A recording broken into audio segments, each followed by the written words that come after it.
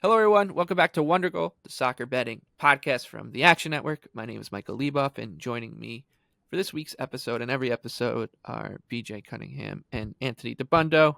Together, the three of us will take you on a handicapping adventure. We can't promise you it'll be fun, but it will be adventurous as we go through all 10 upcoming Premier League matches. We'll touch on Bundesliga, La Liga, Serie A, Ligue 1, give out a 3-leg underdog parlay. Last I checked, it was 116 to 1.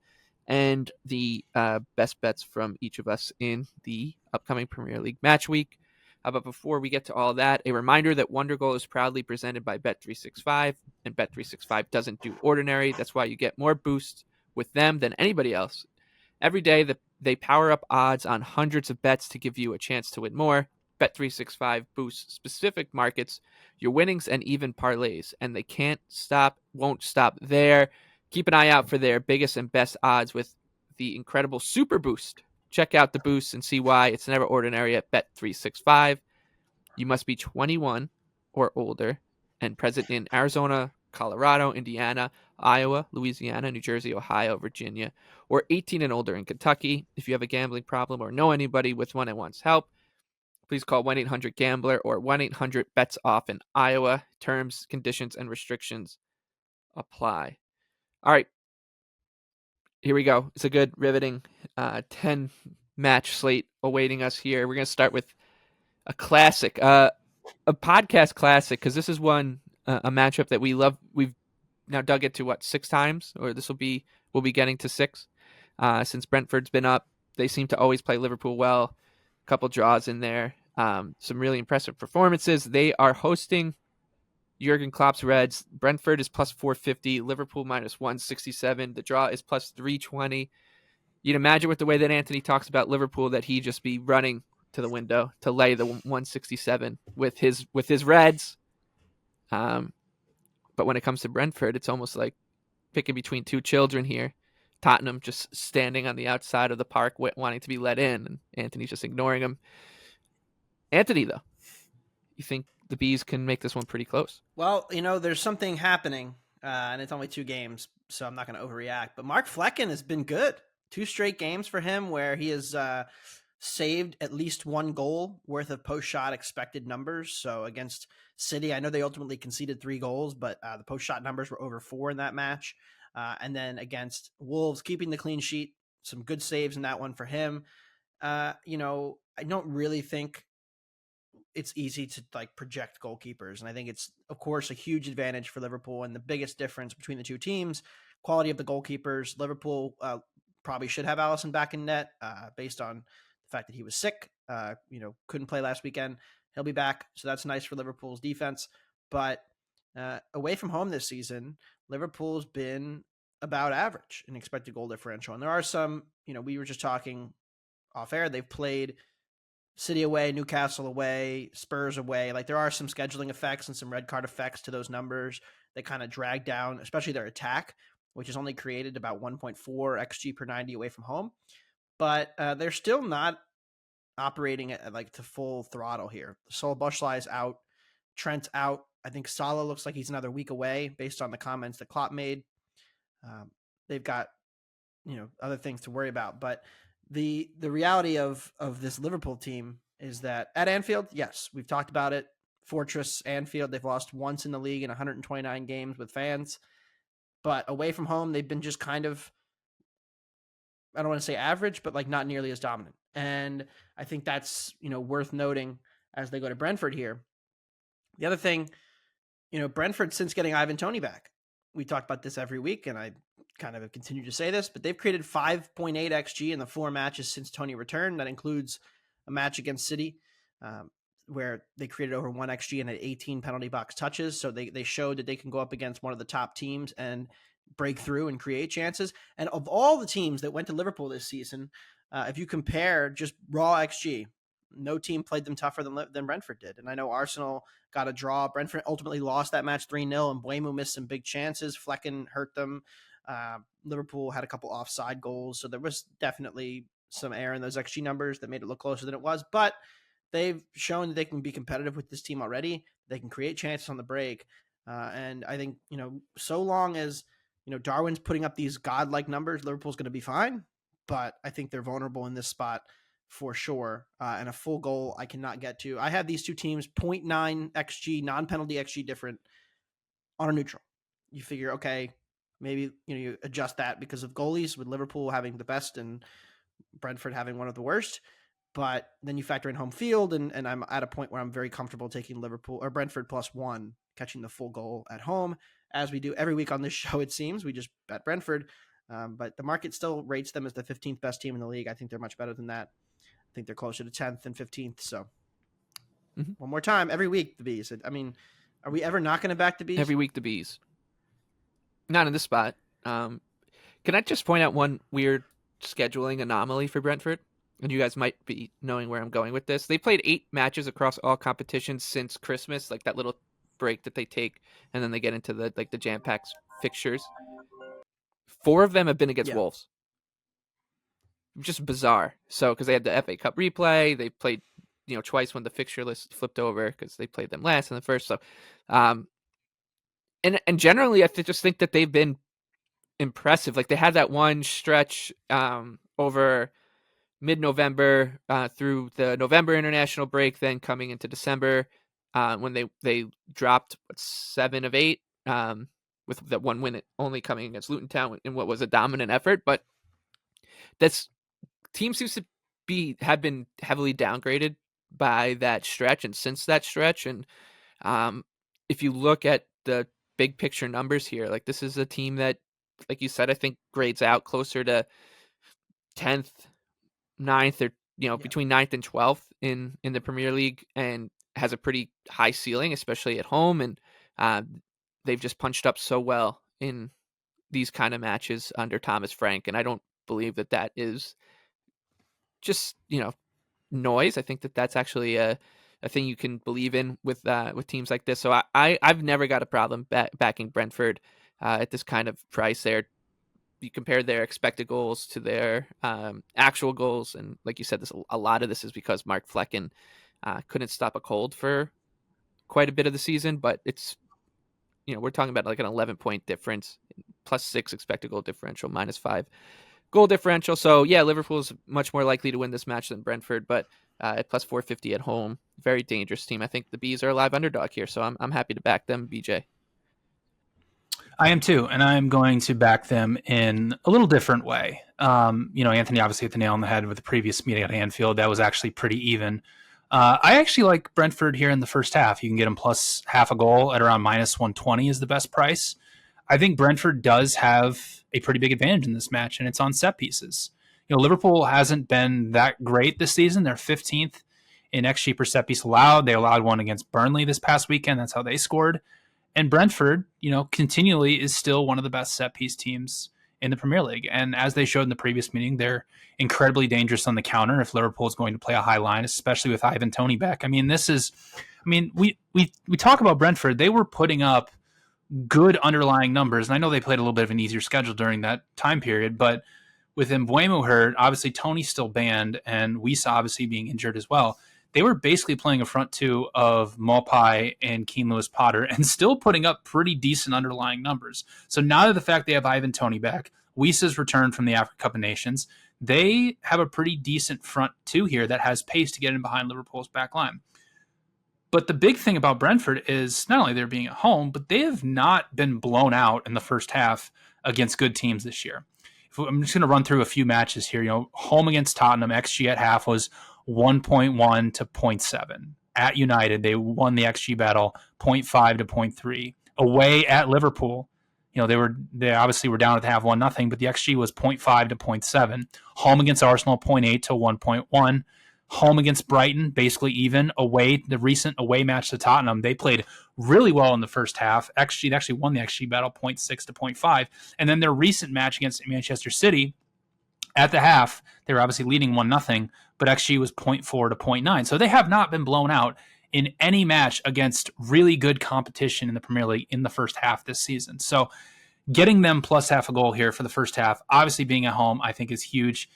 Typically with teams like Brentford, and we saw it this past weekend with Everton, Michael, is teams can be really good in these low blocks for an extended period of time, but facing a team like Manchester City or Liverpool that just keeps coming at you over and over and over and over again, you start to tire out as the match goes along. And that's kind of what happened with Everton. And that's something that I'm kind of worried about here with Brentford as we get towards the end. Obviously, hopefully they get a goal to start and get a lead here. But I really like Brentford here in the first half, plus a half. Again, haven't been blown out against good competition in the first half. So I think it's a decent price for them to at least get to the break at a draw. Okay. Let's move on to City and Chelsea next. Of course, it's a massive game at the top of the table. So is the Brentford-Liverpool match. Liverpool sitting on 54 points. City and Arsenal on 52. City has a game in hand on both of them, and they are minus 300 at home to Chelsea, traveling at 7-1, and a draw would pay out plus 450 here. City is rolling. They get the win in the midweek 2 over Copenhagen, 3-1 in Denmark. So their Champions League tie looks at least in a ton of control here.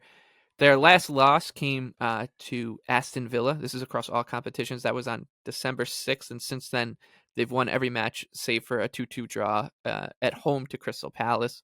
So it looks exactly like the pattern we saw last year from City, except the difference is that this year they're fighting off 2 teams in a title race. And the other context you need to remember is that for a long time when they were waffling this season, they didn't have Kevin De Bruyne, and waffling, of course, being a relative term. And now they have him in their ranks. So it shouldn't be that big of a surprise that City is rolling. I will say that not the toughest schedule of late, and they've looked great, but the 3-1 win against Burnley, a 3-1 win against Brentford, 2-0 against Everton, 3-1 win against Copenhagen. When they played Newcastle, this Newcastle team has not looked itself, especially a couple of weeks ago or a month ago when they played Sheffield United, Everton, Palace, Luton Town, Red Star. Like it's been a while since they've had a serious shake, and I think Chelsea can give them one here. Like we know that the process for Chelsea should at least be good enough, and I think that warrants a play at 7-1.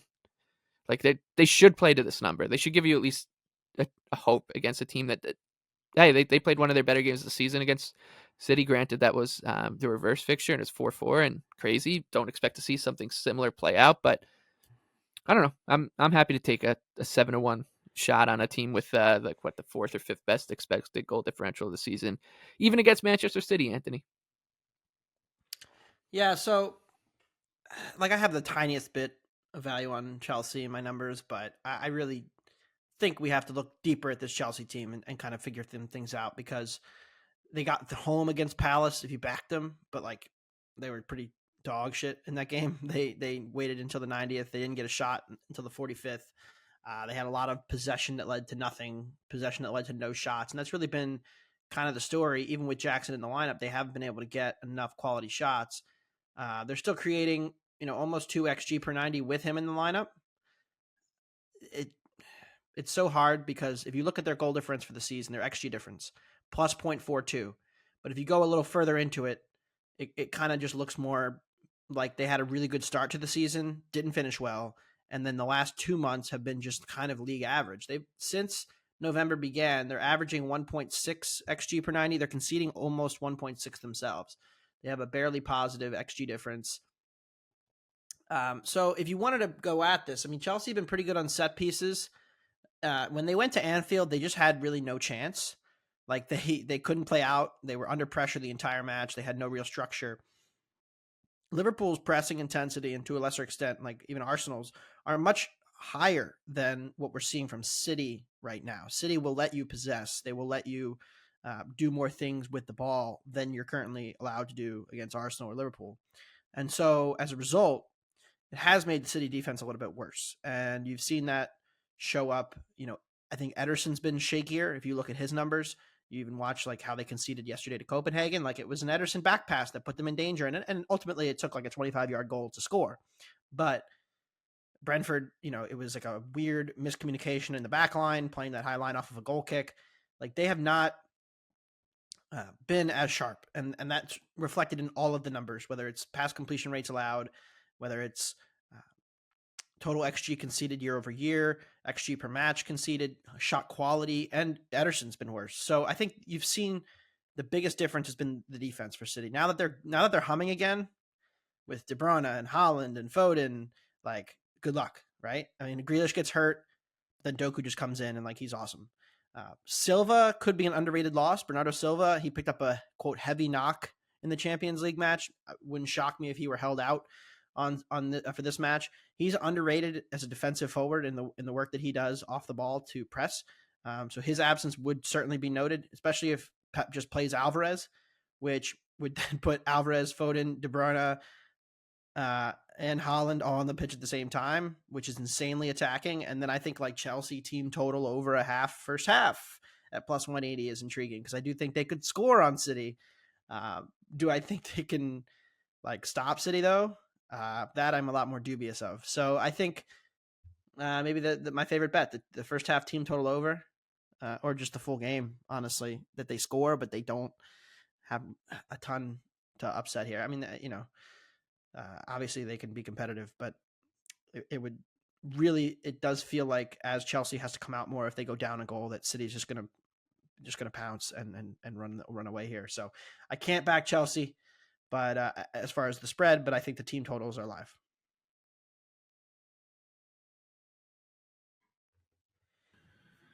Yeah, I mean, I can't do it. Like Anthony, I am showing a little bit of value on Chelsea, but again, they are a completely tactically flawed team. And it comes down to what we say every single week is that, a lot of times at Chelsea, they're building out in a 3-1 with Caicedo as the main midfielder, and they're pushing Enzo far up the pitch. And that's great. Like Enzo, he's better as a deep lying playmaker, but he's also good enough as an attacking midfielder type player. And I get it. You want to overload the last line of defense and cause a lot of problems for the defense. But when Chelsea loses the ball, Caicedo's completely isolated for transition moments, and he just hasn't been as good as he was at Brighton because, quite frankly, he had a lot more cover at Brighton. He wasn't just left to be alone and defend in the middle of the pitch. Like, he had lots of other guys around him to help. Now he's just been left alone, and he's getting torched repeatedly, fouling and everything like that. The previous match of this one is interesting, the 4-4 draw, because City played really, really aggressive in that match. And Chelsea, how they scored a lot of the goals is they were causing problems off of high turnovers. And I think that kind of leads to Anthony's point that if City, as they've been more shaky at the back as of recently, Chelsea could nick a high turnover off here and score against them. Conor Gallagher is now starting to press from the front line, which is good for Chelsea because he's their best presser by far of anybody on the team. So when you have your best pressing guy up front in the front line, it helps you cause more high turnovers. So that could be a good thing for Chelsea. But again, with City, the reason that Foden has been so good recently is because with De Bruyne injured, they weren't utilizing Foden as this where he's at his best, which is in the middle of the pitch, playing in between the lines. He was mainly playing out wide, whether it be the left wing or right wing due to injuries, just because they didn't really have anybody else out there. Well, now with De Bruyne healthy and obviously attracting a lot of attention from opposing defenses and his positioning, it's allowed Foden to absolutely flourish, like playing in between lines, scoring goals. So, if you want to play anytime goal scorer, Phil Foden's not, a bad look in this match, but I can't do it with Chelsea because the Liverpool match is just like right sticking in my mind where they got one shot in the first half and Liverpool just ripped them apart piece to piece. I don't want to be in that situation again. So I'm just going to pass and let City do their thing. Yeah, I think when you look at this Chelsea team now, though, with Jackson, at least they'll have a chance to get out of if they're under pressure because he's decent at running in behind, holding up play a little bit too. So maybe, but I think it's going to. And to your point, Anthony, about money line. Yeah, I was going to say to your point about elite pressing. City, good indicator of teams that obviously press very heavily is how well they defend long balls because a lot of teams are going to play balls in over the top. City is around league average in terms of long ball completion percentage allowed, and Liverpool and Arsenal are first and second by a pretty wide margin. So it just kind of shows you that City can be played on with long balls. We'll see if Chelsea actually decides to do that. All has to do with the pressure, right? If you're not pressuring the ball, right, you can play better. Exactly. Long balls, so exactly. Okay. From those two matches to two that we are all passing on, but want to give some context, especially to one of them. Fulham and Villa plus 190. Fulham at home, Villa plus 120. The draw here is plus 275. It looks like Aston Villa is playing its way out of Crumbling. Who could have seen that one coming? Just in time for me to stop betting against them too. Yeah. That said, I mean, I would much rather play Villa at this number than Fulham, but it's I would too.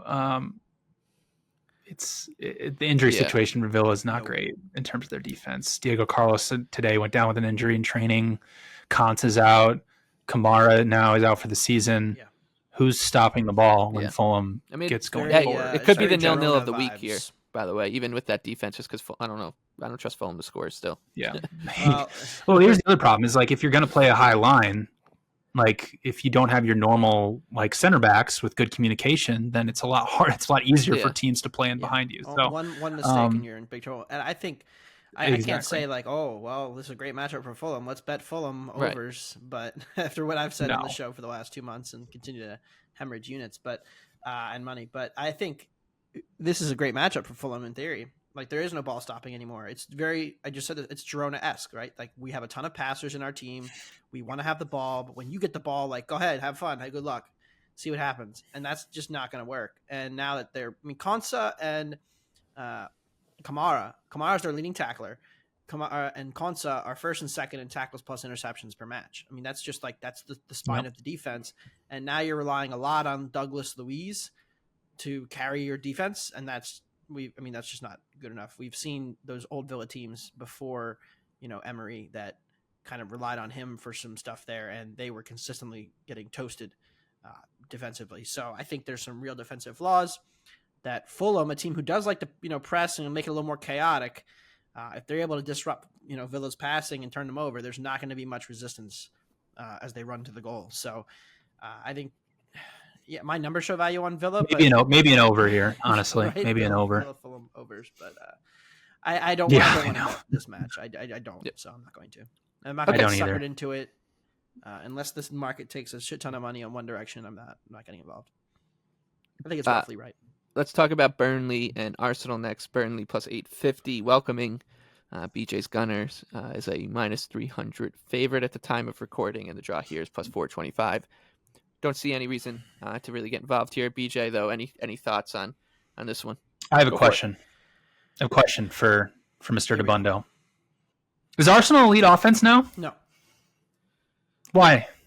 Because they're overly reliant on set pieces. That remains true. What is that not part of the game? It's just a part of the game that's harder to sustain when you play elite teams and don't get as many of them. I don't see it that way. I figured this was coming. I see an elite offense. Everybody's back in on Arsenal now. Like everybody was out on Arsenal like 2 weeks ago. Yep. They had two good games against Palace and West Ham, and now everybody's back in Liverpool. Everybody's back. Whoa! Hang on. Is 4 big scoring chances and 3.5 xG against Liverpool not good? Great. Yeah, they won the match. I'm happy for them.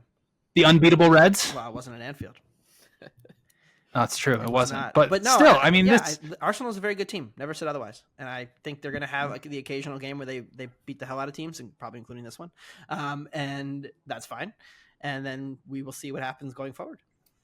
But my point on Arsenal remains. It's like it's hard to fade them game to game because they are a very good team. But there are going to be games where they drop points. And I think I'm hoping that they keep smoking teams and we can start getting inflated numbers. I think what I'm going to do instead of taking the 1.5 against Arsenal is take the +0.5 at like a juicy number against them as they come down the stretch here a couple times and see if I can't catch them on one of those days where they don't have their best attack going and they're not getting set pieces and they just drop points and I get a big payout on it. So I think that's kind of what I'm thinking about it. But again, like Arsenal's got Porto in the Champions League. Excited for that. Think they roll Porto. By roll Porto, I mean like win 3-0 on aggregate over 2 legs. We're invested in Arsenal during the week for the rest of the season. At least I am. So go Gunners, baby, but not this weekend. By the way, that team that's too over reliant on set pieces has the most penalty box touches and box entries of anybody in the Premier League. Just thought I'd point that out. They're a great fit. Nobody denied their field tilt abilities either. But they're what, 9th now in open play goals? So again, set pieces are part of the of game. course they're part of the game. What don't you realize about that, Mike? Come on, This is Michael, help me out here. I have this conversation with hockey people all the time when they just talk about goalies being voodoo, and I'm like, he's there.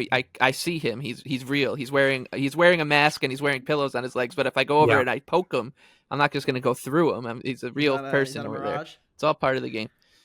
All right, we'll put a bracket in that conversation for now, and Anthony can get back to pumping Arsenal's tires on when we talk Champions League. So for those who are watching on YouTube, they probably have seen me and Anthony fist pump a couple times. We're in the middle of watching Bologna and Fiorentina, and Bologna just took a 2-0 lead. So we're actually winning a bet over here. Damn right. I remember that feeling. All right, Newcastle next. Yeah. They are hosting Bournemouth. Newcastle's minus 120 at home. Bournemouth plus 300, and the draw here pays out plus 320. Newcastle is playing some psychotic games of late. I don't know how else to put it. Like, everything has just been crazy. 4-4 with Luton Town, the 3-2 against Forest. I mean, even the 3-1 against Villa was there's 4.5 XG in that one. 3-2 loss to City. It's been nuts. They gave up the 7 XG to Liverpool. Every game that they've played has just gone off the rails in one way or another. Like, they aren't going off the rails in the same way either, which has been crazy. They're still banged up. Ishak out for this one. Callum Wilson is a doubt. I don't know. Bournemouth looks pretty dangerous here.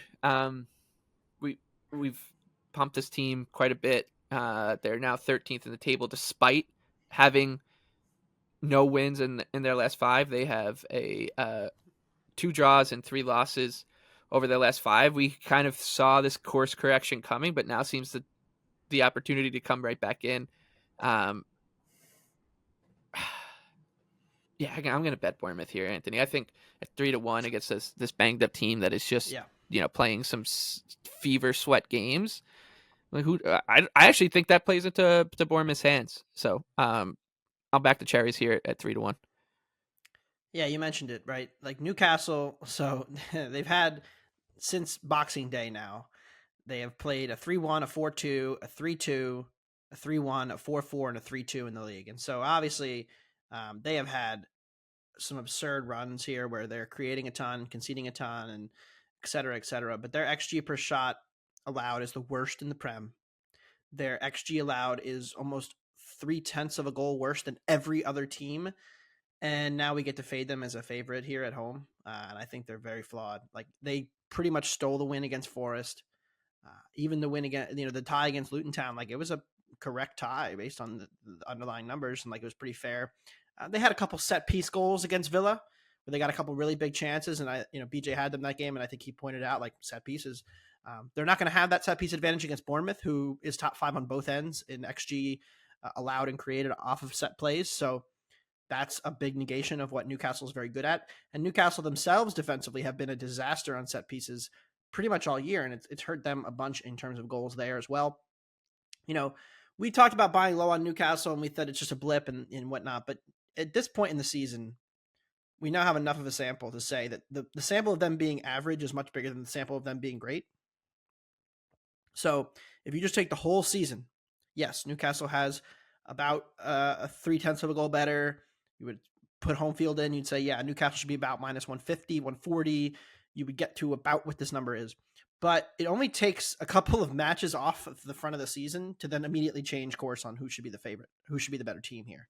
Not the favorite, but the better team. So Spurs laid minus 130 into Bournemouth just after the new year. And I thought that was about right. Now Newcastle's laying minus 125. I think that's way too high for them, given their current status, right? So they have played 1,600 minutes of 11 on 11 without penalties since the middle of September, since that first international break. Newcastle has a plus 0.15 XG difference, and it's gotten slowly worse as we've gone here. Bournemouth plus 0.32. And you mentioned the Cherries haven't won any of their last 5, but they haven't played that bad. I mean, they were competitive with Spurs. They, got done in by Liverpool on a couple of great moments by great attackers, but the overall flow of the match was pretty even. They played pretty even in a loss to Fulham, and they were out, playing Nottingham Forest for most of that match as well. So Bournemouth has played a lot of matches where they've kind of, maybe they're not playing at the extreme heights we saw where we were like, holy shit, this is like a +1 XG difference team. Like, okay, they're not that, obviously, but they have solidified themselves as like a very solid, consistent team now, even if they're like from a performance perspective. And they have shown that, okay, they're not as bad as they were early. Maybe they're not quite as good as they looked in those next games, but they are closer to the good team than the bad team in the last 5 to 6 matches. And I think Newcastle is kind of the opposite. Yes, they're probably not as bad as they looked for a stretch. They're probably not as good as they were early in the season, but they're closer to the mediocre team, given just how bad they are defensively right now. And they haven't stopped conceding goals, and now they're shorthanded in attack. So they scored a bunch on set pieces against Forest, and we'll talk about their situation in a minute. But I'm all over Bournemouth here, +0.5 and money line. I think they are the livest dog on the board this week. I tend to agree, and I actually really like the over here. I think that the total is a little too low given how these teams have been playing recently. So you mentioned it, Michael. Psycho ball from Eddie Howe right now. Well, what has happened the last 3 matches to cause psycho ball to happen is, Newcastle went through the stretch at the beginning of the season where they were able to press out of their 4-3-3. Everybody was healthy, and they still looked like a semblance of the team that we saw last year. Then injuries derailed them. Fixture pileup derailed them. So Howe switched them to a 4-5-1 and was a little bit more passive out of possession. That didn't work. Teams were playing right through them. So Howe decided, basically in the Aston Villa match, we're going to go back to our 4-3-3 press, but we're going to do something a little different. Typically with what they did last year is they tasked their midfielders with doing a lot of running, covering the other midfielders once they got past the first line of the pressure. Now what Newcastle is doing is pushing their back line up and playing a high line and marking the opposing team's attacking players. Newcastle's back line, for lack of a better word, is slow. If they want to play Schär, Botman, Burn, and Trippier, they're going to get torched repeatedly. You saw that against Luton Town, and you saw that against Nottingham Forest. Like, Nottingham Forest was just using their runners in behind time and time and time again with Newcastle. So I think Howe is at the point where he is like, all right, neither the 4-5-1 doesn't work, so let's just go for it. Like, let's just keep trying to press. Let's just keep trying this. And listen, they've won a couple matches. They came back against Luton Town. So who's to say that it's not going to work? It's been a lot better than what the other option was with the 4-5-1. So with that in mind, Newcastle essentially since the start of November, and we've talked about this before, they've conceded the most expected goals of anybody in the Premier League. But they've also conceded 17 big scoring chances, which kind of goes to show you how bad they have been defensively. But, they have been good in creating moments in transition. Their matches are still, their matches since the beginning of November are averaging over 4 expected goals. Last 9 of their 11 have had at least 3 expected goals created. So this is going to be very back and forth. Bournemouth is definitely live on the counter here and should be able to create a lot of chances because with their high press too, which is really starting to work under Iraola since the beginning, since November 11th when they beat Newcastle, 3rd best in pass per defensive action, and now they lead the Premier League in goals scored off of high turnovers. So I really like the over here, projected 3.8 goals. So I'm expecting a very back and forth match with 2 teams that want to play in transition. So over 3 -125 for me.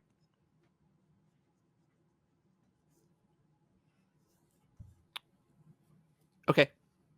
Forest and West Ham up next. Nuno's Tricky Trees are +137 hosting David Moyes. And the Hammers, they are +190. And the draw is +250. Anthony, you'll lead the charge on this one. Yeah, Matt Sells, new goalie, same problems. He has -2.1 post-shot expected goals through 2 matches at Forest. Worse than Vakadimos and Turner. Just amazing. We need more sample, obviously. 2 games is not anything, but it is funny.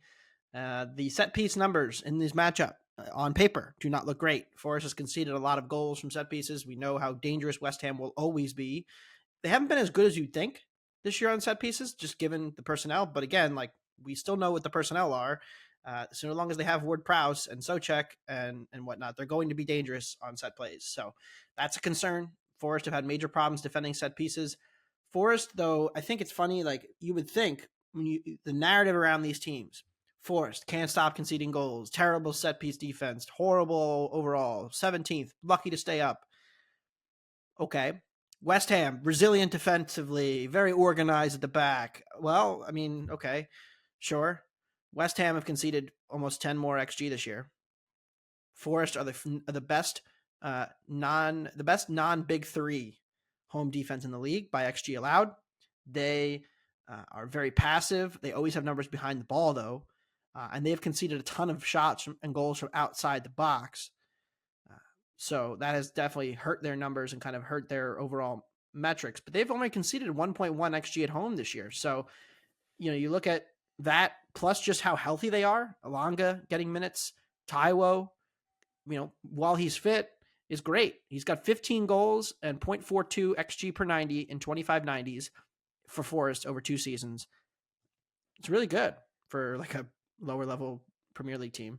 And he is on a pace to score, a 20 goal season if he can stay fit. And that's a bigger problem. But when he is fit, which he is now, he's good. And they're getting Reina minutes now. And I like his, impact in this team. And Gibbs White's been effective. Like all of these players, when healthy, can form a competent attack. West Ham right now, even with Bowen Paquetá healthy, Paquetá comes back, next to nothing at home against Arsenal. I think they're going to struggle to create from open play in this one. So I like the trees at home. Money line, draw no bet, you name it. I'm taking them to win this one. I think they're about even teams. And I've got the home team barely laying anything. So okay, let's move on to Spurs and Wolves next. Tottenham laying a decent number here, -175. Wolverhampton traveling at 4-1. The draw here is +375. I mentioned that scheduling quirk with Brentford before and Wolves, and so we can just reiterate it. I'm sure that they'll be thrilled to take on a team that's not Brentford here and take on Tottenham, who are coming off of another dramatic victory. Wolves have just, they keep chugging along. I don't think there's anything concerning about a loss to Brentford. Sure, it was at home, and you'd like them, if you're a Wolverhampton fan or backer, to take care of business at home against an opponent like that. And they've now dropped 2 in a row at the Molineux, but I think that they remain dangerous, and they remain dangerous especially against a team like Tottenham that can they concede a lot. Like they just play a ton of high event matches, and I don't think that that's something that Wolverhampton will shy away from. I think in previous iterations of Wolves, you'd say that that's just not what they want to do, despite the Wolves overs train that Anthony was riding for forever. Spurs are getting results though, so it looks like they're kind of back on track from that point of view. But you look at their defensive numbers, like they gave up almost 3 XG to Everton the time before. The previous time they played Brighton, 4 goals on 3.2. They have a chance to do that to basically any decent club. The one thing I will say for Spurs is I thought that they'd be a lot more vulnerable against these kind of teams, and the only team that you'd say was like an ugly loss on their schedule, I mean, I guess you could say West Ham at home was ugly, but aside from them, it's just Wolves. So why not go back? Shorthanded too. Yeah, exactly. And so like they should profile as a vulnerable favorite because of their defensive inefficiencies, but then again they can outscore them against lesser opposition. But I think that's a little tougher here. There is injury concerns for Wolves with Cunha, but I'm actually okay with taking on Gary O'Neill's side here at this kind of number and what could be a back and forth crazy match. BJ, what are your thoughts here? Spurs and Wolves. Yeah, I love the over here, over 3.5 at +125. Obviously you mentioned Tottenham playing very high event type matches, and that's the way Ange wants them to play it. Like he wants them to play super aggressive in possession, putting as much pressure as possible on the opposing defense. And I mean, Tottenham is averaging 1.7 non-penalty XG per 90 minutes. So it's kind of hard to argue with his philosophies. And obviously, Tottenham went through a stretch with both center backs being injured. So kind of inflates what they've allowed this season. But one thing that has happened recently, and even with, Van de Ven and Romero healthy, they conceded 2.6 to Everton and 1.6 to Brentford. And they showed a lot of vulnerabilities on the break. And really what it was is just Van de Ven cleaning up everything with his pace. And it's great. And he's awesome. But it's also a lot of pressure on him, especially going up against this Wolves team that, listen, I don't really read much into their loss against Brentford, because Brentford's probably the worst kind of opponent for them to play, in the sense of that Wolves doesn't want to have, they don't want to hold a lot of possession. And in that match, they held close to 70% possession. Here they'll be much more comfortable sitting in their defensive block, limiting central progression and getting the ball out on the counter. If you look at, obviously Cunha is out, but Hwang should be back for this match, which is a big upgrade. And the thing is, Cunha is only about a 0.38 XG per 90 minutes this season. It's not like he is ultra crucial to what this Wolves team does. And now that they have Hwang back, I don't think there's really going to be that big of a drop-off in terms of what they have offensively going forward. And I mean, Tottenham's just incredibly vulnerable because they push Porro and Udogie up into the half spaces when they're in the final third.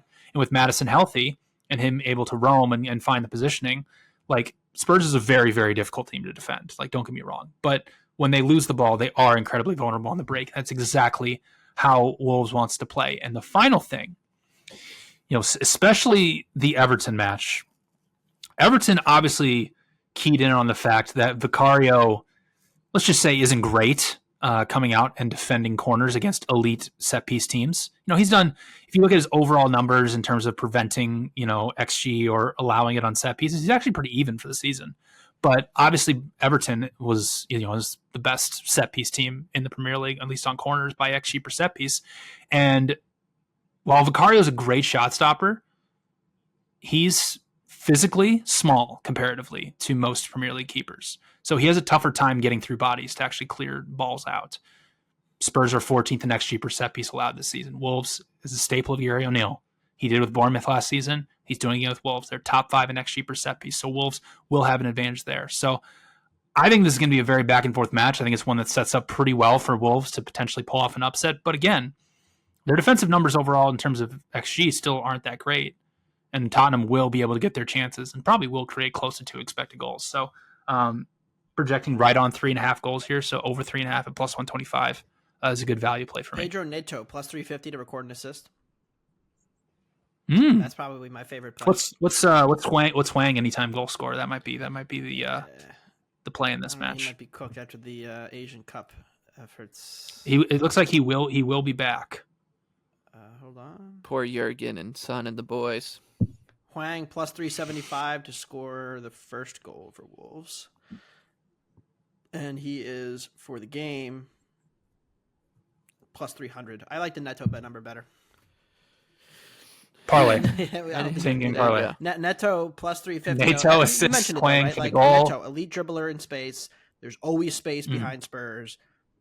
And with the fullbacks pushing up, that's the channels where Neto lives to cook. Yep. So I think that's maybe the best way to play this. Wolves, if they go down a goal, 100% like live to get a result. They're going to be 4 to 1. Yeah. So yeah, that's where you hop in. Did they? I saw the stat. I believe it's Tottenham 15 points dropped from winning positions, 15 points gained from losing positions this season. Them and United every match. Neither Neither are good defensively. With Tottenham, like, they are very good at playing from behind and comfortable in those positions. With United, like, they've run pretty good with late goals. So just as a result of that, they are just so much fun to live bet both their games. Sheffield United. Except when you have Villa plus a half live against United, and then Scotty owns you, which happened to me. All right, let's talk about Sheffield United. The darlings of this podcast after last week. Beautiful. I said what you want to do on Super Bowl Sunday is take Sheffield United and parlay them with your favorite anytime touchdown scorer, first down touchdown. scorer, and I bet some guy named Noah Gray or Noah Brown, and he didn't score. I would have won a ton of money thanks to. I'll tell you what, it was a great Super Bowl for random guys. You had not that one. Valdez Scantling, you had Hardman, you had Juwan Jennings. Yeah, not the random guy that I landed on with Sheffield United. But anyways, thank you to the Blades. That was great. They're roughly the same price this time at home. Plus 375 to Brighton. Brighton minus 154. The draw is plus 320. Interesting thing about that Luton Town match is I thought that the consensus, at least among the soccer betting community, was that that number was pretty crazy, and Luton took money for that match. So a little weird. But anyways, the Blades here, just going to take the money that they won us last weekend and take this one off because not too interested in backing them here. Not interested in backing Brighton either. BJ, anything here? It looks like all three of us are kind of kicking this one to the side. Right. So we've seen two instances of these teams playing. One was under the previous manager where it drew 1-1. Sheffield basically played like the most passive low block I've seen of anybody this season and basically just let Brighton just pass the ball kind of around. And Brighton did go up 1-0 early. And then Brighton got a red card and Sheffield ended up tying them. And then they played in the FA Cup. Brighton scored early. And this is under the new manager and Chris Wilder. And things just went completely off the rails, which has been happening with them. Like Sheffield's going for things now. Like they're not just sitting back. And I don't, again, it's the same quote that I said last, podcast, but it reigns true with Brighton is that, Thomas Frank said you have to do one of the two. You either have to press Brighton relentlessly, give them what they want, or you have to sit back in a low block. And I'm not so sure Sheffield's just going to sit back in a low block. I don't really see that maybe happening. So if you want to chase a big price here, maybe, a Brighton team total or even a Sheffield team total, either could be live because they played in the FA Cup and it ended 5-2. Because Brighton scored early and Sheffield had to play super aggressive. So you could see something like that again. João Pedro's out for Brighton, which is a loss for them. But Brighton's getting Matoma back. They've got Ansu Fati back. Adingra is back from AFCON. So Brighton has their full force of attackers back. So it could be a decent buy low opportunity to take Brighton minus 1.5 here. I know it's on the road, but I do believe Brighton is going to make at least a charge at the top four over the second half of the season. They might not get there because they're about 10 points back, and it's a pretty daunting task to overcome. But with their full attackers healthy, this is a decent buy low opportunity on Brighton to lay them on the money line or minus 1.5. I have negative interest in this game. I do too, but I'm trying to give the people something. I appreciate that. Much more compelling one. 10 a.m. window. Let's talk about a much more Sunday, compelling right? one Yeah. here. This one. Yeah, that's Sunday. Tough. Luton Town 3-1 at home. United odds on minus 125 here, and the draw is plus 320. We talked last week, we talked about Newcastle playing some psychotic stuff. United's right there with them, even against Newport County in the FA Cup. So, obviously. You got to keep that in mind when you're betting this team, but I think that this number still is playable on United because, come on, like Luton, I've loved this Luton Town ride as much as anybody. I love watching teams cover the effort spread on every match or every game in every sport, but I think that this number is a little cheap on a United team that at the very least, like they are moving in the right direction in terms of results and their attack, and that should be enough. Like if your biggest flaw is a Swiss cheese defense, like against a team like Luton Town, I don't think that's going to be as big a problem when you should be able to, get to 3 or 4 here. So I think that United, man, this is a pendulum swinging team. We go back to the extremes, right? We're like go against them, go against them, then the pendulum swings, and we're like, this is the time. At least I am, and I feel like we've had the rhythm down the past 2 seasons with this team. So I think that this is a decent opportunity. I was on him last week against Villa, and I'm happy to go right back to him here, even as BJ a road was against favorite. him last week against Villa, and he's probably against him again. Yeah, well, BJ's numbers are just He's got a Man United tax because of Mhm. I'd be shocked. When I saw this line, I was like, I would be shocked if I got into the rundown and I saw BJ joining me in the United party. But I think No. I'll give BJ credit. I think he's 1-0 this season betting Man United. That's true. I am 1-0. Let's make it 2-0. And I would need to look. No, but it's I know not. I bet them on Boxing Day and won. I think that might be my only bet on them. Yeah. So I actually have United at -103. So I do think the price is pretty in line, and I think it's honestly kind of low on Luton Town. When I saw this match, I got really excited because I was like, oh my gosh, I'm gonna get Luton Town at like plus a half at like +125. They're gonna lay -150 after that United fraud win against Villa, but they didn't. The market just said nope, that was a fraud win, and we're not going to upgrade. I mean, they kind of upgraded them a little bit, but I do think it's around where it should be priced. But I actually like the over here, over 3 -105. Over's always hitting the Premier League, so might as well just keep taking them. But I think the match against Aston Villa, although United won, it kind of encapsulated how flawed they are out of possession.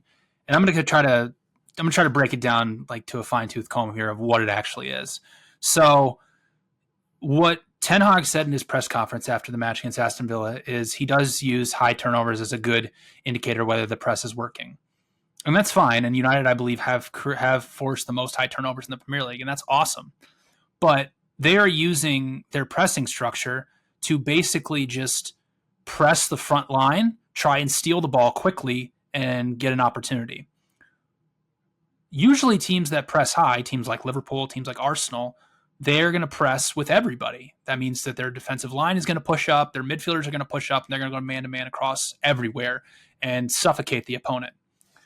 United, because they have injuries across their back line and because Ten Hag doesn't want them to get exposed, he leaves his back line back.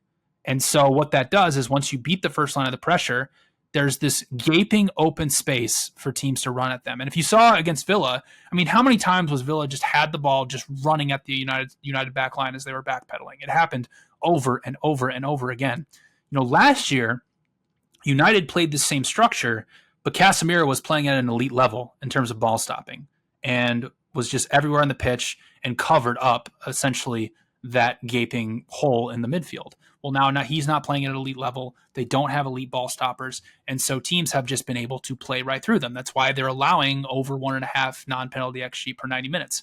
Luton Town can exploit this because they want to play in transition. They're not going to try to play to the back and give United a chance to turn them over high. They are going to play long balls far up the pitch. I mentioned this with City. United is around the bottom 6 in long ball completion percentage allowed, just kind of showing that, yes, the first line of the pressure is good, but once you get past that and you can play a long ball against their back line, they are incredibly vulnerable. Here's another thing that I looked this up and I thought it was quite shocking. Manchester United has allowed the most set-piece attempts in the Premier League this season with 115. That's kind of crazy for a Big Six team. You'd expect a team like Burnley, Sheffield, or even Luton, teams that are defending in their own area of the pitch a lot, to be allowing that many set pieces. They've been average at defending them this season. It's like they've been good. They haven't been bad. But volume, though. Luton Town, I keep saying it. If you get a chance, go watch some clips on Twitter of their back post overload. It's a beautiful thing to watch them just hoop balls up to the back post and see 4 or 5 guys just running in and diving at the ball. It's a beautiful thing to see, and not many teams have really been able to effectively defend it. So I do think Luton Town has advantages both in transition and on set pieces for them to score here. Now, with that being said, Luton Town's still a terrible defense. They've allowed the most big scoring chances in the Premier League. There are gaping holes, especially in the middle of the pitch, that United can exploit. So I think this total is too low for a match that probably is going to be played very back and forth. United's much better when they're playing in transition. So 3.7 goals projected, over 3, -105, probably my favorite play on the board. Okay. How do we feel about penalty to be awarded / made in this match? No, I'm serious. I think it's so what is it? I can't find penalties, but Man United is +350 and Luton is +550. I think you made a good point, which is both of these defenses are really bad at keeping teams out of their penalty area. So there's going to be a lot of back and forth. There's going to be a lot of chaos. And You talked about Onana, or at least how they defend set pieces. We've seen Onana like get away with stuff like being overly aggressive defending set pieces, and I do think there will be opportunities where United gets in behind this Luton defense and gets those chances off of that. The biggest difference for United has been that Haaland is playing better, and you'll hear like getting more service. I don't know. They're playing the same guys they always play. I just think that he's playing better. Relatively and getting in better positions to score and thus scoring. They also are playing Antony less, which is a big upgrade. Let's be honest, Garnacho and Rashford are much better much better pairing. And Bruno's been fine. So like you're starting to see the attack, who has scored less goals than Luton this year, look more viable. Here's the thing and the stat that's the most shocking. You talked about it. Arsenal and United have created the most shots off of high turnovers in the league this year. United has only scored one goal. All year. They're down there with Burnley, Sheffield, and Luton as the fewest goals scored off of high turnovers forced in the league. That has to change before them to take a step forward, because you're right. They do create a lot of high turnovers, but they're getting all of the risk, which is like, oh shit, like our defense sucks. You're getting through us and getting to our box very easily, without any of the reward, which is, oh, great, we just scored. We're up a goal. We turned you over. They don't ever score off of it. They have one goal all year. So I think that's the balance they're not getting right. They need to be more efficient. I think they will be. I mean, they've run cold. Their attack's better than the numbers would suggest. But I think their defense is so flawed that you're going to see, the backup defenders as well. Martinez going out. Like, Maguire was great against Villa, I thought, but they're still flaws. So maybe I'm going to do some team to make a penalty. +3. Maybe I'll just take both teams, like a half unit on both, +350, +550. Yeah. Because I really do think this is the kind of game where there's going to be a ton of action in both boxes. Both teams are kind of poor defensively. So it could be the kind of game where we get a pen. Well, I was going to go to your playbook for this match, Anthony. Both teams scored over. Yeah, it's like -125. Feels too easy, right? Which is not a bad price. But feels too easy. I was thinking about that. So easy. That's why it's like the squares. It's like, oh, both teams will get one. Well, somebody will win. But somebody will win. Every both teams to score is like -180 this week. Like, it's just so. Maybe I'll just do like a both teams to score parlay. I was thinking of like the opposite, 5 matches. Oh, really? Just one like week. Going one against week. It all? We're just going to decide. This is the week where it doesn't happen. Bet every under / BTTS no. Yeah.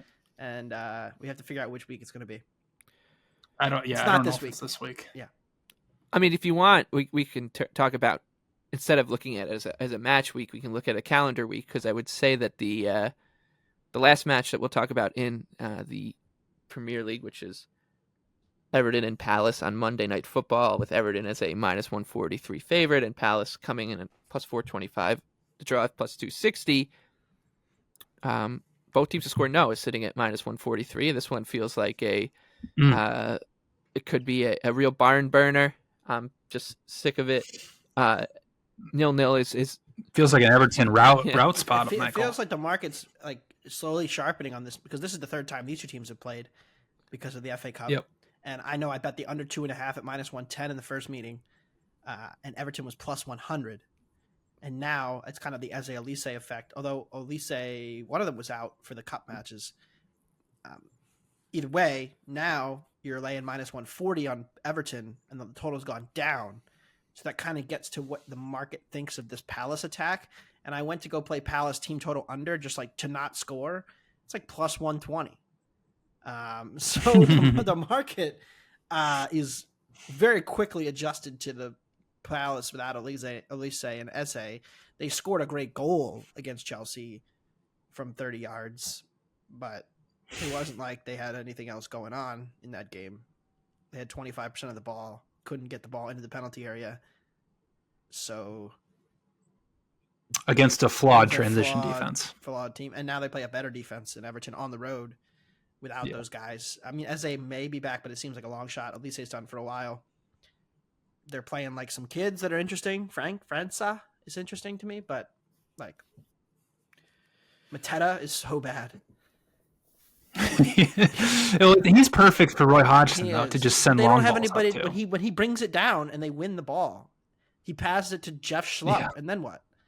You know, or Jordan Ayew, or Ayew, Will yeah. Hughes. And it's just like, We oh, love shit. Will Hughes. They're playing Will Hughes as a 10. Edward's just healthy now. He should be starting. But even Edward, same Yeah. thing. It's like, oh shit, they got nobody else. Yeah, it's one of those things where Roy Hodgson's just Fired. like, He's fired. we gotta send long balls. Like we can't build or like pass. We just gotta send long balls, and Mateta's the best one that I can use for that. So yeah, but also perhaps even a bigger loss for Palace, Mark Gahey's out too. Like that, he's their best center back by far on the team. So losing him has had a pretty drastic effect. Obviously, Decore's been out the entire season. So Palace, teams have just been able to play right through the middle of them, whereas in the past, it hasn't been as easy. But the biggest thing in this match, corners, which are pretty typical of a Sean Dyche team, but Palace has allowed the highest XG per corner in the Premier League, and obviously Everton has the most expected goals and the highest XG per corner. So I gotta say, Michael, I get really excited when Everton has a corner. Like I get the juices get pumping. I'm ready for throw it in the 6-yard box and all the bodies just piling in there. It really is one of the more exciting things for me to watch in the Premier League this season. When Spurs went there, that 7:30 a.m. match, it was an ugly match. Oh, it was every beautiful. Corner was an electric factory. I'm trying to think, how can we attack this from a prop / fun market angle? I was thinking. Well, I can't find goals off of corners. Which is terrible. I wish they did. Can we say who would score the goals, and can we bet them to score first goal? Like you can do first goal. You can do method of first goal header. We can do that. Tarkowski is only 6-1 to score. First goal. That's so bad. What is he first goal score? 14-1, awful odds. 14-1. Maybe that. Maybe we'll do that. That's terrible odds. He should be like 30-1. Yeah, that's tough. But yeah, no, I actually do like Everton this match. Branthwaite, does he get in the box on corners? He just scored. He's red hot. Yeah, he just scored. Well, he scored the winner against Spurs. Oh, the equalizer, right? Yeah, so he's 12-1 to score. For Everton, that's basically to score. Branthwaite, maybe that's better. I don't know. I really don't. Unless there you go. Parlay. Overtakes Tarkowski and Branthwaite. And we get closer, like minus 125, 130 on the under 2.5. I have no interest in this game. I do like Everton, actually, in this match. Minus 127, I think, is a decent price on them. Project them minus 136. Massive, obviously a big advantage on corners, but also a massive home road split. Everton at Goodison Park is +7 XG differential. Palace minus 6.9 away from home. So, again, without their 3 best players, and even 4 if you want to count Decore,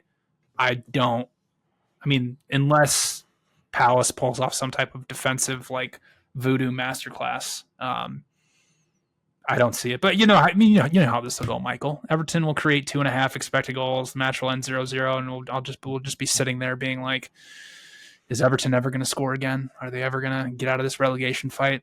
And then that's when another 10-point deduction hits us. Okay.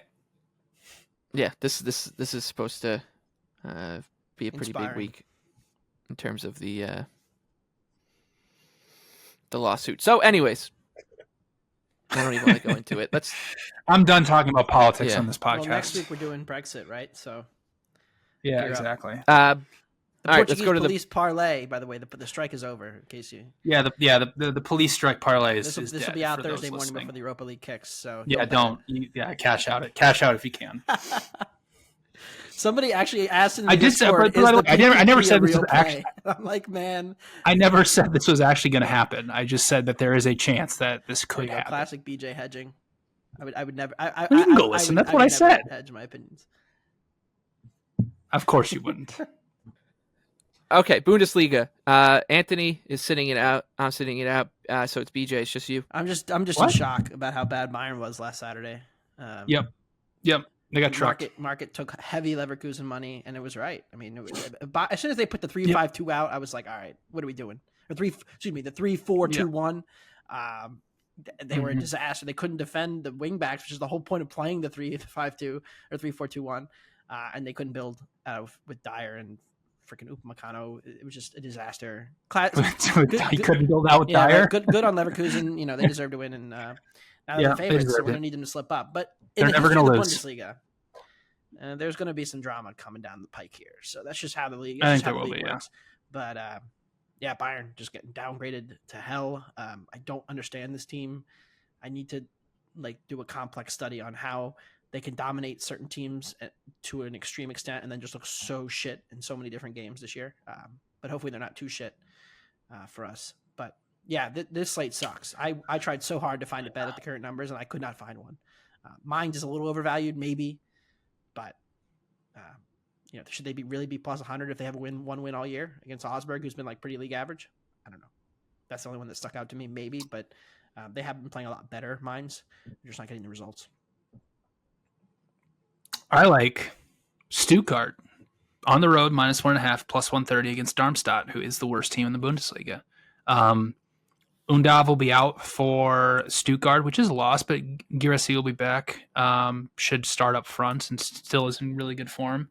Stuttgart, I don't think people realize this. They are legitimately the third best team in the Bundesliga, like by a pretty wide margin. Like they're a plus 1.13 XG differential per 90 minutes. And if you look through their schedule, it's not like they've just completely beaten up on the bad teams. And then when they face, the Leipzigs, the Dortmunds, the Leverkusens of the world, they just get pounded. No, they just recently pounded Leipzig 5-2. They really should have beaten Leverkusen in the cup, if not for just a late winner there. They have beaten Dortmund multiple times this season. Like they are a very, very good team. Darmstadt has been incredibly poor against good competition. They've played the top 5 7 times this season and have conceded 17.8 expected goals. So there is and overall for the season, they're well above a -20 expected goal differential, at least one -1 per 90. So there's a pretty wide gap between these two teams. So getting -1.5 at plus 130, I think is a really, really good price on a team that I think continues to be pretty, not priced appropriately from where they are in terms of their underlying metrics in the market. So I like Stuttgart -1.5 at plus 130. Okay. Serie Anthony is on his own here. Yeah, I'm going to take one out of the BJ playbook. Both teams to score no. Bologna, Lazio. This Lazio attack has really fallen off. Ciro Immobile, we've talked about him earlier in the season. He has 4 non-penalty goals this year in a little over 1390s. Bologna defensively has been the most improved unit in the league year over year. They've taken a huge step forward, and both teams to score no -132 at one book is just way too high for a game that I don't project BTTS knows. But BJ, I'm curious where you have this. I should value on the under at 2 plus money. I have it right around 2. And I think that's a better way to play it. I have BTTS no projected at -187. There we go. So I had a feeling based on just where I was on the total relative to the market that was going to be the case, and thus I'm playing that. Yeah. I just think it's better than under 2 at plus 105 is out there. I like that more, but yeah, Bologna defensively has been elite this year, and Lazio's attack has been just so mediocre that they, like I said, they had that 3-match stretch against Inter, Napoli, Atalanta. They took one shot on target in 3 matches, and it was a penalty. So that's what we're dealing with here with Lazio. Also coming off a tough Champions League match against Bayern, which we were recording before, so they may have just pumped Bayern. Hopefully Bayern wins 4-0. Bayern will lose, probably. Let's hope. Okay, La Liga, BJ, one of the clubs of the podcast. Yeah, Los Leones. Yeah, clubs of the podcast. Going against the frauds. Bilbao plus 105 against Girona. Boy, did they look like frauds against Real Madrid. Yep. They looked awful. And what it comes down to is, I did find something interesting in that match is that Girona is not playing like as aggressively as they were in the beginning of the season. I think their manager, Michel, kind of sees the writing on the wall that if they continue to play as aggressively as they do, considering their positioning in the table, they have a good chance of falling out of the top 4. Although they're title contenders, I don't think that they see it as realistic. So they have been playing, they've pulled the reins back a little bit and have just kind of said, okay, our defense is so bad that if we continue to play this way, I don't know how sustainable it is. And they've had a couple good performances. Like they held both Vigo and Real Sociedad under 1 expected goal. Those matches were relatively low event. But then again, you saw with Real Madrid where they struggle at. They're going to play a high line. Teams that are able to run in behind them, teams that have pace, can really destroy them. And that is exactly what this Bilbao team can do. Bilbao's been incredible at home this season. plus 16 expected goal differential in only 12 matches. They were the better team the last time these two teams faced off in Girona, and at a price of plus 105. That is far too short for a team that has much better underlying metrics than Girona. Projected Bilbao at minus 142. So I love them plus 105. Yeah, I'll second that. I mean, Girona's defense has been bad all year. They're just finally getting punished for it. And if you can't defend Real Madrid, who's the best transition attack maybe in the world, Bilbao is not Real Madrid, but they're pretty damn good on that spot. So that's a tough matchup for them again. And I agree with BJ on that. I also took over 2.5 Getafe Villarreal. Just Villarreal totals at 2.5 minus 110. They're stunningly bad defensively, bottom 5 in everything. Not even just like XG and goals, but also just the box entries and transition numbers. Like everything is just red all over the sheet. And their attacks still above average. Getafe's shown more life this year. It's not the same old Getafe who just like tried to win every game 1-0 and sometimes didn't even try to score. They just said we'll take 0-0. See you next week. This is not that version. I mean, they're still not like putting the world on fire, setting the world on fire with their attacking numbers, but they're better than they were. And at 2.5, this is totals too low. Okay. None of us have anything in France in Ligue 1. We're sorry for that. I'm sure it will be rectified for our next episode. So we'll go to our favorite underdogs. Like I said, this one's going to come in roughly around 116 to 1. Anthony, you can go first. So we hit 2 out of 3 last week. Yeah, we were close. All 3 led at the half. Started getting some texts, including from BJ, saying don't say anything. I did. Didn't say a word, but it never really felt like Brighton was going to hold on there, but unfortunately they did not. So 2 out of 3 again. 4th time this year we've hit 2 out of 3. So overall we've been profitable if you bet them separately in round robins, etc. But we're going to get one. Maybe never, but eventually. Let's start it this week with Bournemouth. We're still riding the 200 Still riding the 201. We haven't done 200 episodes yet of Underdog Parlays, so we're still ahead, barely, I think, at this point. But yeah, we'll go with Bournemouth, 3-1 on the road at Newcastle. I talked about this match. It's probably one of my favorite sides of the weekend. Just think that we've seen so much of a sample now where Bournemouth's just been better than Newcastle, and given the Newcastle injuries and given how poor their defense continues to be, I don't really want to bet them in this spot as a favorite. So I'm going to take the dog with against a team that's been giving up 2.5 goals a game for 2 months now. So give me the cherries, put the cherry on top of the parlay at 3-1. All right, let me kill this parlay right here with Chelsea. They're 7-1 against Manchester City. I just think it's too high for a team that's process just always looks, or I should say often looks good enough to be competitive. You guys like them to at least get on the board here. I think that they can put up a fight, enough of a fight to play to the number. I was really waffling between Chelsea and Brentford, but we just use Brentford. We use Brentford every week. We use Brentford every week. But they win. And they win every Chelsea week. Never wins. I know. So let's go with let's make sure we lose this one with Chelsea at 7-1. BJ, what's your favorite dog? Anthony mentioned it. Well, I'll kick things off on Friday afternoon. Getafe plus 265 against Villarreal. I mean, Anthony hit the nail on the head that the Villarreal defense is garbage, allowing 1.53 non-penalty XG per 90 minutes. Maybe the most alarming stat specifically to this match is they're allowing the most crosses into their penalty area. If you know anything about Getafe, like Anthony said, it's just a 4-4-2 low block. They want to get the ball in wide areas and send in crosses. And guess what? They have a really good striker to get on the end of those crosses. Mayoral has 15 goals on the season, 0.55 XG per 90 minutes. They have a threat actually in the box where they can actually score a lot of these goals. And they are averaging 1.2 XG per 90 minutes, which I know doesn't sound like a lot, but that is the first time they've averaged over 1 expected goal per 90 minutes since 2019. So it's been a while, but their offense is better than it's ever been in terms of the last 5 years. So I don't think that Villarreal should be an odds-on favorite here, given how bad their defense is. So like Getafe plus 265. Getafe, Bournemouth, and Chelsea, 116 to 1 at the prices we're looking at right now. On to best bets for this match week in the Premier League. BJ, you can go first. Yeah, Luton Town, Manchester United over 3 goals at minus 105. Manchester United showed, even though they won against Aston Villa, that they are still a flawed team out of possession. When they want to press with their front attackers, that's wonderful, and they forced a lot of high turnovers. But when you beat the first line of the pressure, it leaves a gaping space in the middle of the pitch because United doesn't push their back line up because they don't want to be exposed. So for Luton Town, a team that primarily wants to play in transition, they're going to have a lot of chances running right at this Manchester United back line.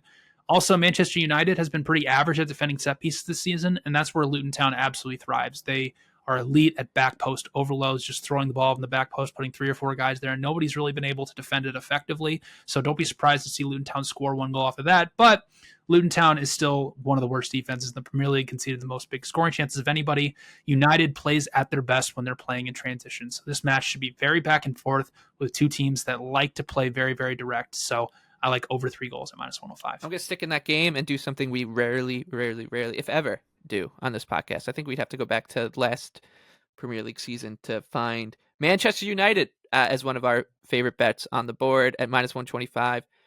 Another thing I rarely do is lay a price, especially with a road team in the best bet segment. But it's as poor as United can be defensively. I don't think that they get punished here by a Luton Town attack that I'm just not too terrified of. And going the other way, I have a lot of faith in what United's doing when they have the ball. So the offensive numbers look decent enough to figure that they should cover over their defensive flaws enough to make this -125 a decent look. So United for me, Anthony.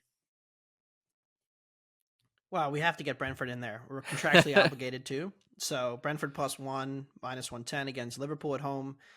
Still not full strength Liverpool. Alexander-Arnold goes out. Salah remains out. Szoboszlai remains out. So they're not going to be at the full strength that we expect from Liverpool. And we have seen, them still create a bunch of chances against, bad teams, right? But this Burnley team is still right around a league average team, and I am just consistently in disagreement with them between the market price on Brentford and the actual price on Brentford. So give me the Bees at home +1. We love backing them against the big boys, especially as a home dog. So I will take them here to be competitive and in like a 1-1, 2-1 kind of game. And that'll do it for this episode of Wondergoal. I hope we set you up nicely for the upcoming match week in the Premier League and the rest of Europe. We will be back on Monday morning to preview the Champions League. We'll probably touch on the 1 or 2 Premier League matches that have found their way to trickle in the midweek as well. So be sure to keep a lookout for that one. For BJ and Anthony, for our producer Noah on the back end, I'm Michael Leboff. Thank you to our sponsor Bet365, and we will see you in a couple days.